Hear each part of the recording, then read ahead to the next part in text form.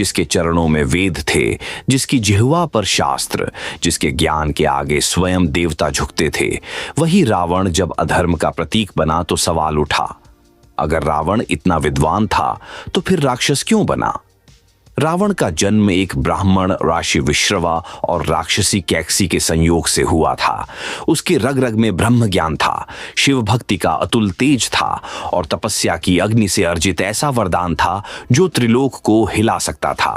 वो संगीत का झाता था, आयुर्वेद का मर्मज्ञ, चारों वेदों का ज्ञानी और महान पंडित। पर ज्ञान जब अहंकार में डूब जाता है तब वो राक्षसता में बदल जाता है। रावण का पतन उसके ज्ञान से नहीं, उस ज्ञान के गर्व से शुरू हुआ। उसने सोचा कि वो सब पर शासन कर सकता है, देवताओं पर, मनुष्यों पर, यहां तक कि धर्म पर भी।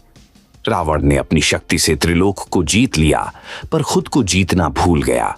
उसने सीता का हरण किया, यह सोचकर कि वह किसी स्त्री को जबरन अपना बना सकता है। यहीं से शुरू हुआ उसका अधोपतन।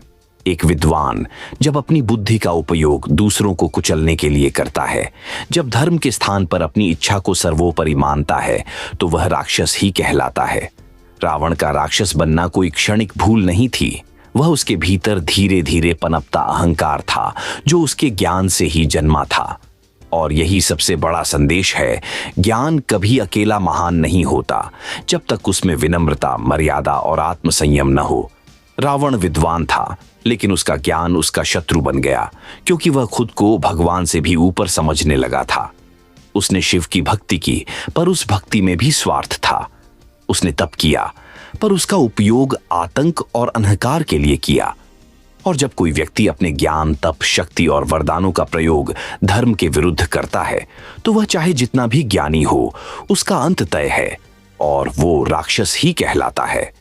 रावण का राक्षस बनना उसकी शक्ति की हार नहीं थी, वो उसके संस्कारों की हार थी। और यही कारण है कि एक परम ज्ञानी भी इतिहास में राक्षस कहलाया।